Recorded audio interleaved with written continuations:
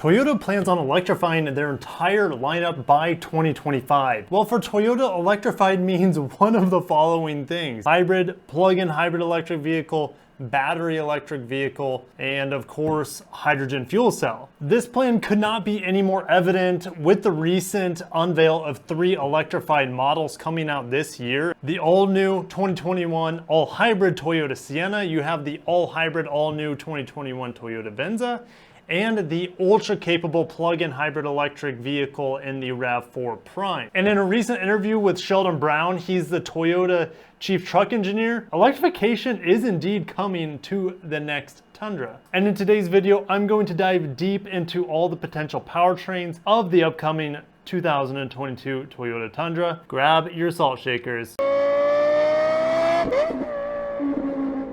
Welcome back to the channel, Luxurious Fleet. If you're new here, my name's Kirk. I cover Japanese autos, and of course Toyota and their trucks is a part of that. So if you don't want to miss any of my upcoming videos on the Tundra, Tacoma, etc., make sure to hit the subscribe button and bell icon, and let's roll. With increasing emission standards and the fact that Toyota, with the Tundra anyways, is falling behind the big 3 when it comes to power and efficiency, Toyota really needs to make a leap past its reliable yet gas-guzzling 5.7 liter V8. With a respectable 381 horsepower and 401 foot-pounds of torque, the big V8 chugs down 15 miles per gallon. Enter the hybrid Tundra. And while the hybrid truck would be groundbreaking for Toyota, it certainly has been done before. In 2007, General Motors led the way with the body-on-frame hybrid Tahoe, Yukon, and Escalade, using a combination of a 6-liter V8 and 2 80-horsepower electric motors with a 300-volt battery. This netted a total of 369 horsepower and 380 pound-feet of torque, and GM's hybrid SUVs could tow a respectable 6,200 pounds. Fuel efficiency jumped from 16 miles per gallon to 21 miles per gallon. That's an impressive 30% increase. So why aren't the hybrid GM truck-based products around today? Well, there's a high cost of entry at around $50,000 US, and that was back in 2007. Then you add the financial crisis of 2009, and that led to the eventual demise of this forward-thinking truck setup in 2012 as a 2013 model. Hey guys, thank you so much for smashing the like button for the Tundra. That helps my channel out tremendously with the YouTube algorithm. We're expecting the new Tundra to drop in Q4 of 2021, thanks to the dealer meeting leak that we got from earlier this year. And that leak has been extremely reliable so far with the unveil of the Venza and the all-hybrid Sienna. And I do expect this new Tundra to employ electrification like the GM Tahoes of old. However, I think we'll see one big difference. I think Toyota scraps the V8 in favor for a V6. No, not just any V6. We could easily be seeing a turbo or twin turbo V6s combined with hybrid electrification. Now let's hop on over to my super futuristic Google spreadsheet. Let's break her down. So before we jump into the upcoming powertrains, I just kind of wanted to paint a picture of where we're at right now and where we have been with the Tundra. So the first generation Tundra was in 2000 to 2006, with the second generation being since then, obviously.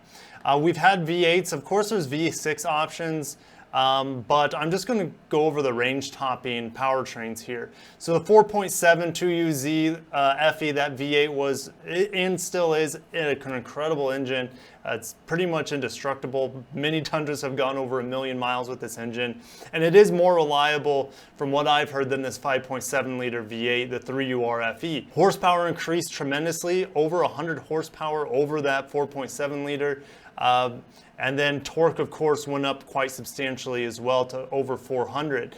Towing capacity likewise also increased, up from the 6,900 pounds. Payload is about the same.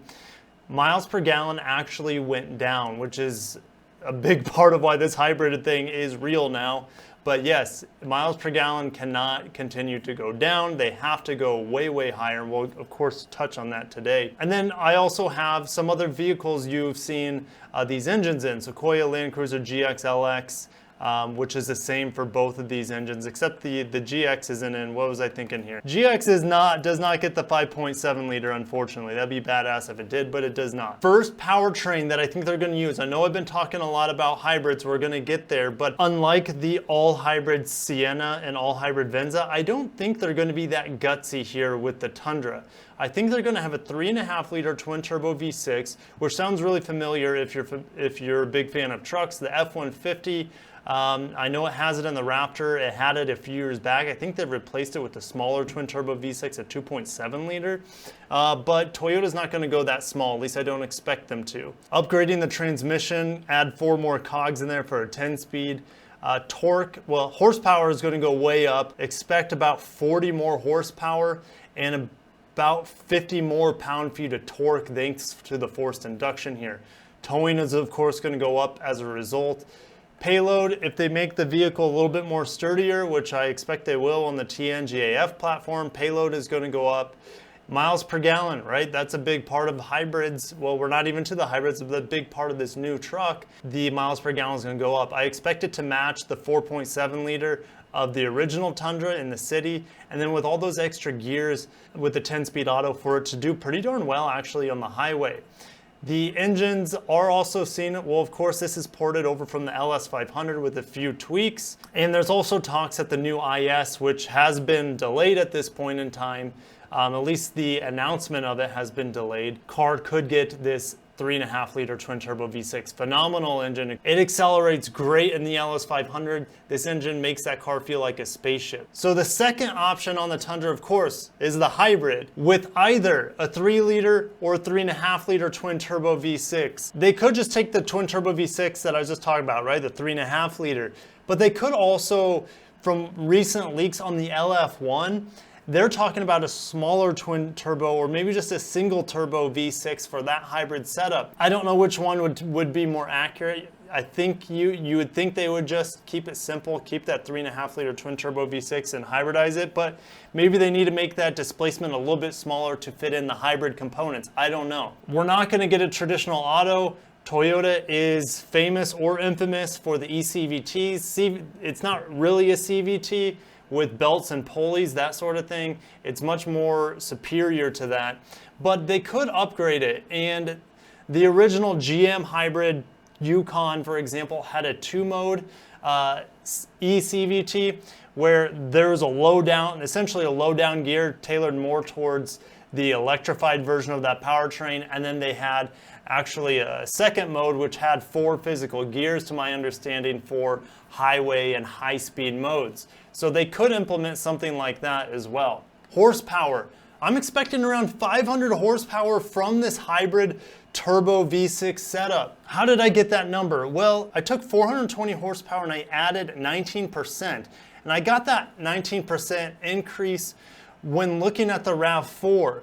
The RAV4's base engine is a 203 horsepower engine. That's the non-hybrid, of course.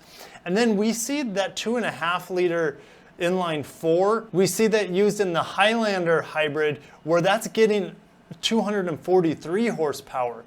Which is quite a bit more than the RAV4 hybrids at 219. So that's the 19% increase I'm seeing. That's kind of best case scenario, but who knows? As technology gets better, it could be more than that as well. So that's just a guess. So I'm expecting around 500 horsepower, 530 pound-feet of torque, again, a guess, but that's what this whole spreadsheet is about, is just guessing, and that guessing is what's exciting, right? That's what, I mean, people have a full-time job on ESPN talking about sports, upcoming sports, what's gonna happen. I'm just doing the same thing when it comes to cars because that's more fascinating for me. Towing capacity, with all this torque, added torque, more power, I could see it towing an extra 2,000 more pounds. Payload being the same, maybe a little bit less because it is going to be heavier with all the electrification in there, the battery and everything. Miles per gallon, 25 in the city is definitely possible, 28 on the highway. That is just ridiculous to see that kind of efficiency with this sort of power and this large of a vehicle. It's totally doable though, from what we're seeing currently in the Toyota lineup. Other vehicles to expect this sort of powertrain, the upcoming LX, of course, the Land Cruiser Sequoia, maybe an LS. There's rumors that they're going to ditch the current 3.5 liter hybrid with 354 horsepower for a more sophisticated, much more powerful hybrid setup, which it deserves. The LS should not have what I would call a meager 354 horsepower hybrid, but that's another video. And then the upcoming LF1 would get that upgrade as well. Now, a couple years later, I think they're gonna unroll a Tundra Prime. I think they're gonna prime the entire Toyota lineup, and then of course the Lexus lineup will be as well. They're not going to call it Prime in a Lexus, they might call it a Plus. Lexus trademarked 450H Plus for the NX, so I think that's what that alludes to. But anyways, back to this Tundra plug-in hybrid. Same internal combustion engine with the turbos, either the 3 liter or the 3.5 liter V6. Same transmission, and then here we go. Ridiculous horsepower here, 621 horsepower. How did I get this number? Well, I took the 420 horsepower from the base Tundra with the twin turbo V6 and I added 48% from that. And how did I get 48%? Well, I took a look at the base RAV4's engine, which is 203 horsepower, and then I looked at the Prime variant, which is 302 horsepower. That's a 48% increase from 203 to 302. I added that 48% on the 420 to get to the 621. Absolutely insane. You're going to have possibly 660 plus. It was actually 666, but I didn't want to write that number in there. So over 660 pound-feet of torque. Towing capacity could very likely go up with all this additional power. Payload maybe goes up, I don't know, but with the bigger battery in here, it might actually go down. Efficiency, 40 miles of plug-in range. That's what I think Toyota is shooting for in this first generation of plug-in hybrids for them. Around 40, 50 miles of plug-in range.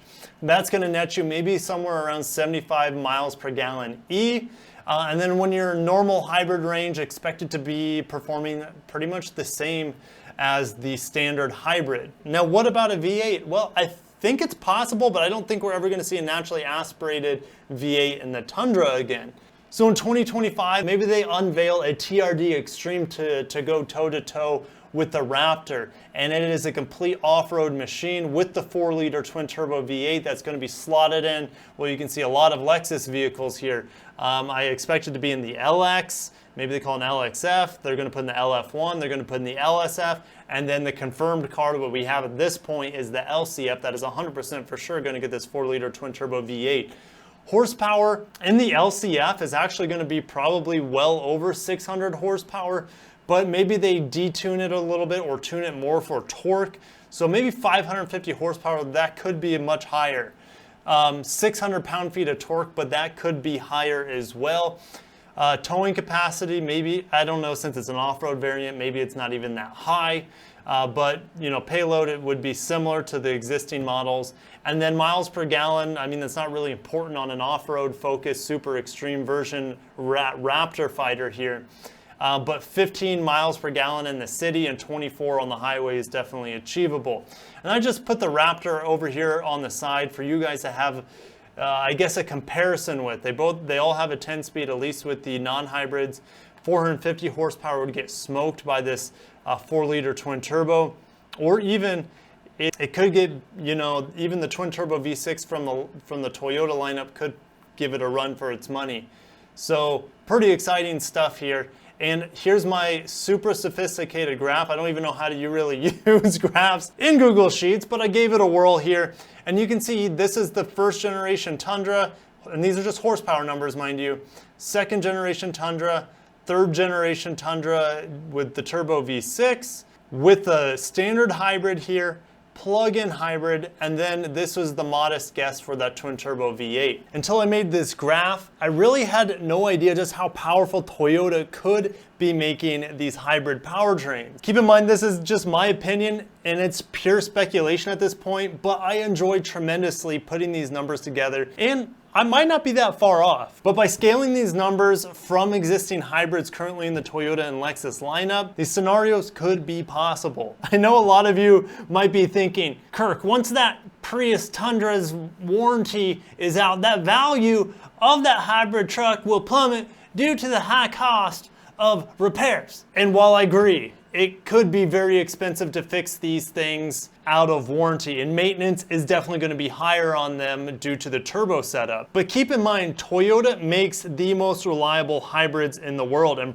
arguably probably at this point the most reliable turbo engines as well. And they currently have a 10-year, 150,000 mile warranty on their hybrid components. With all this technology, it's hard to imagine what these cutting-edge trucks will cost. $35,000 for the base, maybe $50,000 or $45,000 for the hybrid, and then maybe $70,000 for that plug-in hybrid. Shoot, there are F-150s out there in the Raptors that are already at around $80,000 and make the plug-in hybrid Tundra a steal. So what do you guys think Toyota will do with the new Tundra? I shared all my cards and my thoughts, and I hope you guys can come up with something that I haven't quite imagined yet. Luxurious fleet, that should just about do it. If you haven't smashed the like button, go ahead and do that. And if you want to continue to support the channel, other than just watching and liking my videos, head over to my Patreon page or my PayPal. You can support me monetarily on both of those. And heck, even going to my Amazon page to look at some of my model cars helps me out as well. And thank you so much, guys, for watching, and I'll catch you in the next one. Peace out.